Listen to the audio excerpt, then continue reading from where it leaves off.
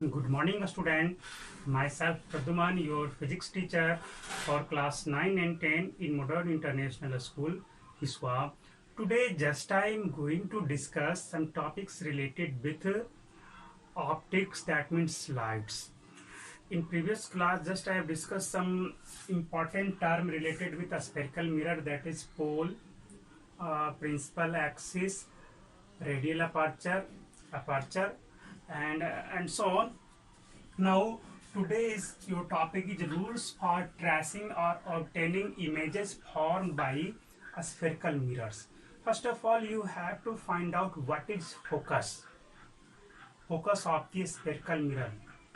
This is a specific point on a principal axis. Focus or principal focus is a specific point, a specified points at which when parallel beam of light or parallel light ray with principal axis falling on the surface of the mirror, after reflection they always crosses a single point on principal axis. That single point is known as the principal focus of the spherical mirror, or appear to crosses the a single point. क्या होगा जरा सोच लो कि ये क्या है हमारा, इसे हम लोग कन्वर्जिंग मिरर बोलते हैं, आगे समझाएंगे, क्योंकि ये लाइट रे को कन्वर्ज कर देता है। प्रिंसिपल फोकस होता क्या है कि जब लाइट रे पैरेलल जब इस पे फॉल करेगा तो आफ्टर रिफ्लेक्शन ये कहाँ पे जाएगा, तो एक ही पॉइंट से, ये प्रिंसिपल एक्सिस है ना, ये आपका पोल है, यहाँ पर ये भी पोल ही है ना। तो क्या होगा, आफ्टर रिफ्लेक्शन एक सिंगल पॉइंट से ही जाता है। सबके मन में आएगा कि आखिर उसी पॉइंट से क्यों जाता है, तो लॉज ऑफ रिफ्लेक्शन को फॉलो करते हुए इसको ऐसा जाता है। आप यहाँ से ट्रेस करोगे लाइन को, रे ऑफ लाइट को सेंड किया, तो ये क्या हो गया, इंसिडेंट रे। अब बताओ नॉर्मल कहाँ है, इस पॉइंट से आप सेंटर ऑफ कर्वेचर तक एक लाइन को ड्रॉ कर दो ऐसे। This line is called the normal at this point. तो बताओ जो एंगल से गिरा ये आई हो गया, इसी एंगल से आपको ये वापस रिटर्न भी होगा, तो इस तरह से रिटर्न होगा, है ना। मेरा डायग्राम में हो सकता है थोड़ा बहुत एरर हो, बट आपका ये जब भी जाएगा तो फोकस से ही जाएगा, है ना। फ्री हैंड डायग्राम में थोड़ा बहुत एरर हो सकता है। ये आपको जो एंगल ये बना, ये और इसको फॉलो करते हुए ये हमेशा कहीं से भी चलेगा तो इसी पॉइंट से ये क्रॉस करेगा। सिंपल सा है। तो ये आपका हो गया। और दूसरा इसमें आ जाओ, in this case, in case of convex mirror, when light रे falling parallel on the surface of the convex mirror. अब बताओ आफ्टर रिफ्लेक्शन किधर जाएगा, इधर आएगा। हमें पहले तो ये जानकारी लेना है कि आपका सेंटर ऑफ, यहाँ पे नॉर्मल किस डायरेक्शन में, नॉर्मल के साथ ही एंगल बनाएगा ना। फिर सेंटर ऑफ कर्वेचर से लाइन मिलाओ, देखो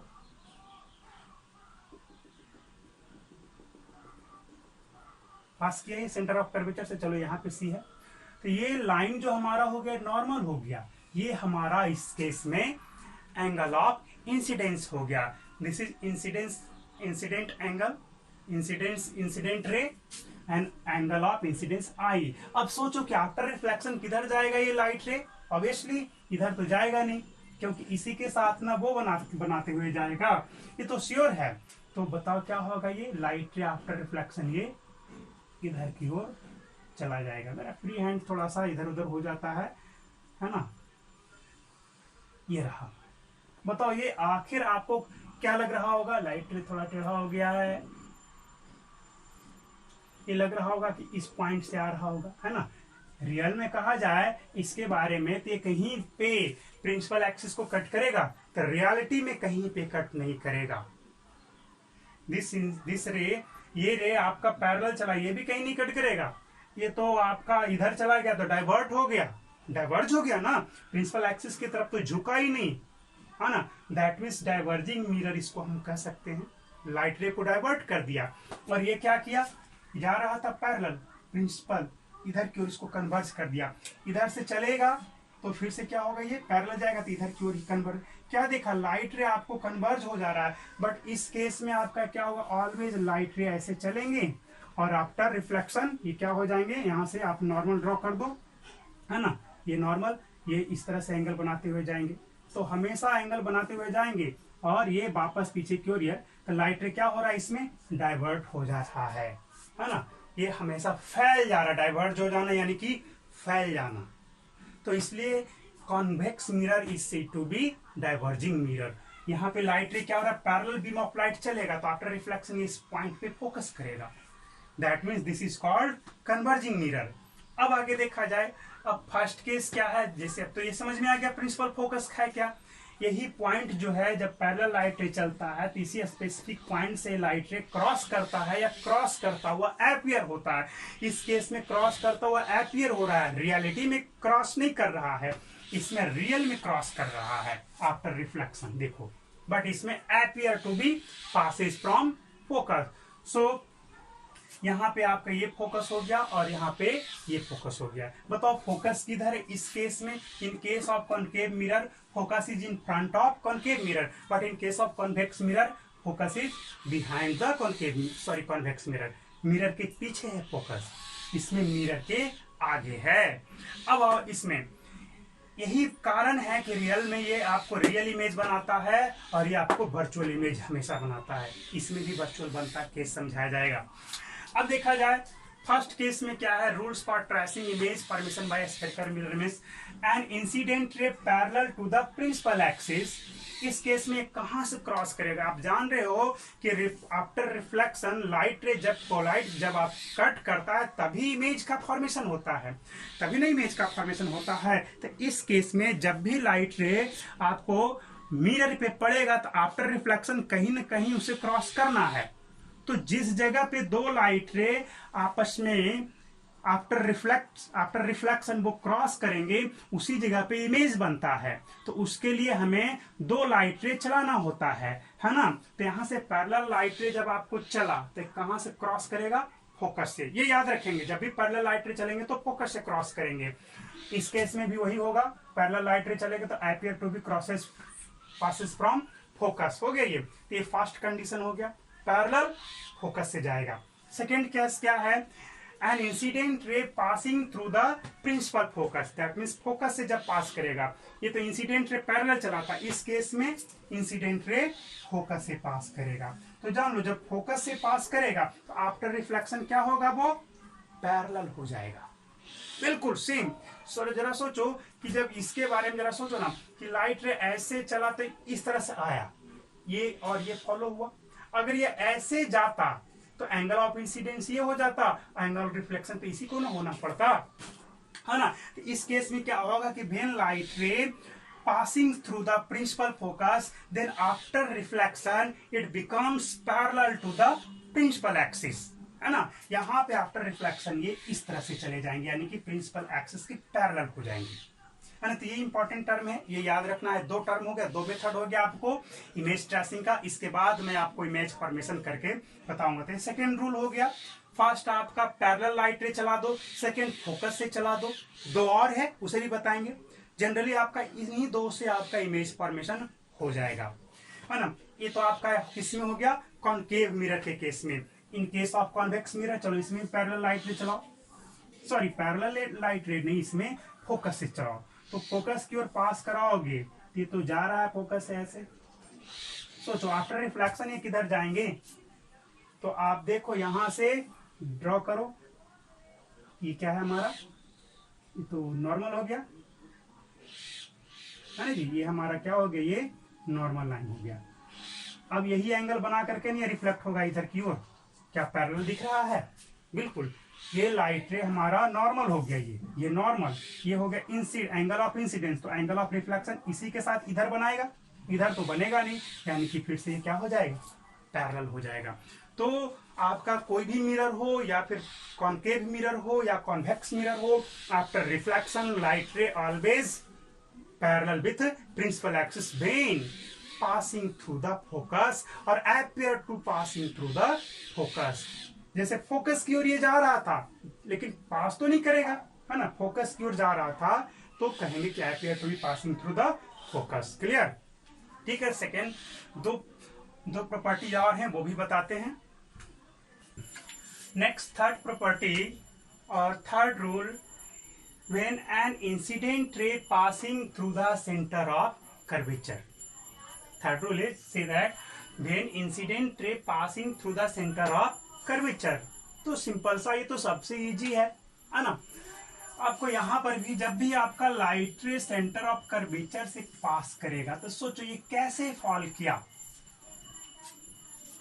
दे fall normally to the surface of the mirror. ये नॉर्मली इस पे फॉल कर रहा है। और ये भी कह सकते हैं incident ray appear to passing through the centre of the curvature for convex mirror, है ना। या फिर when incident ray toward the centre of the curvature, ये भी कह सकते हो, and directed toward the centre of the curvature. जा तो रहा है लेकिन मिरर से तो पास करेगा नहीं ना, रिफ्लेक्ट हो जाएगा। चलो आगे देखा जाए, तब क्या होगा जब ये नॉर्मली फॉल किया, ये this one is the incident ray. तो बताओ आफ्टर रिफ्लेक्शन ये किधर की ओर जाएगा। तो यहाँ पे एंगल ऑफ इंसिडेंस क्या होगा। First of all you have to draw the normal, so your normal is on this line. What is angle of incidence? Angle of incidence is 0। जब ये लाइन पे ये लाइन दूसरा आ गया तो दोनों के बीच का एंगल क्या हो गया, 0 हो गया। कुछ लोग 90 डिग्री सोच रहे होंगे तो ऐसा भूल मत करना है ना। तो आपका angle of incidence 0, that means angle of reflection भी क्या होगा, 0। So after reflection it follow the same line और फॉलो द सेम पाथ, जैसे गया वापस रिटर्न होके ये आ गया है ना। कभी आप इस चीज को प्रैक्टिकली देखना चाहते हो, ऑब्जर्व करना चाहते हो, है ना, तो सिंपल सा है, सामने एक मिरर रखो, सामने की ओर क्या रखो, आप एक मिरर रखो और लेजर लाइट तो आपके पास है रूम में, आप उसका रिफ्लेक्शन देख लोगे। आप इस तरह से लेजर लाइट को चलाओगे, देखोगे रिफ्लेक्ट होकर दीवार पे उस जगह पे जा रहा है, श्योर है ना। थोड़ा सा एंगल इस तरह से रखो और लेजर लाइट यहाँ टकराने के बाद फिर इधर की ओर रिफ्लेक्ट हो गया, बिल्कुल। और जब आप नॉर्मली रखोगे ऐसे तो देखोगे कि लेजर लाइट जो है गया और टकरा करके आपका जो लेजर लाइट का जो बल्ब था जल रहा था उसी पे टकराया और वापस इसी से पीछे की ओर आ जाएगा।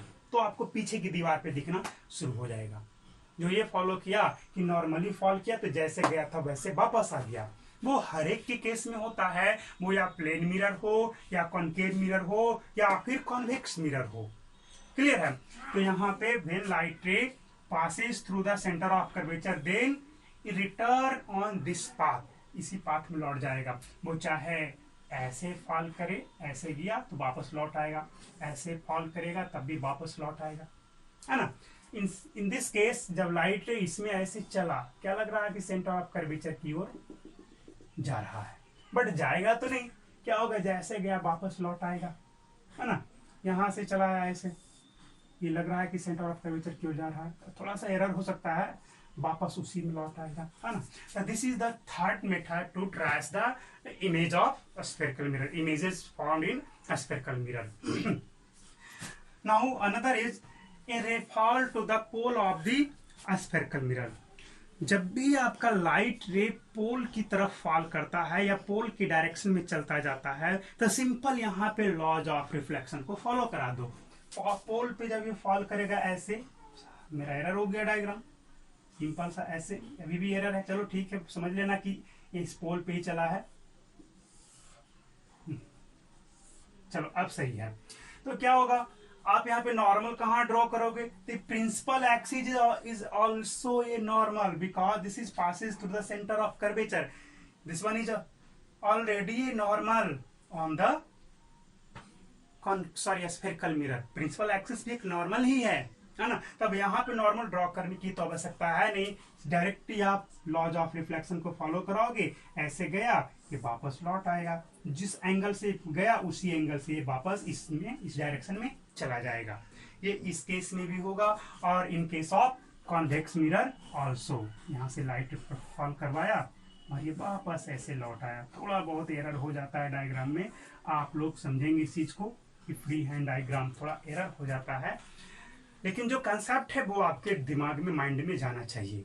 क्लियर है? तो these are the rules for tracing the image found in a spherical mirrors.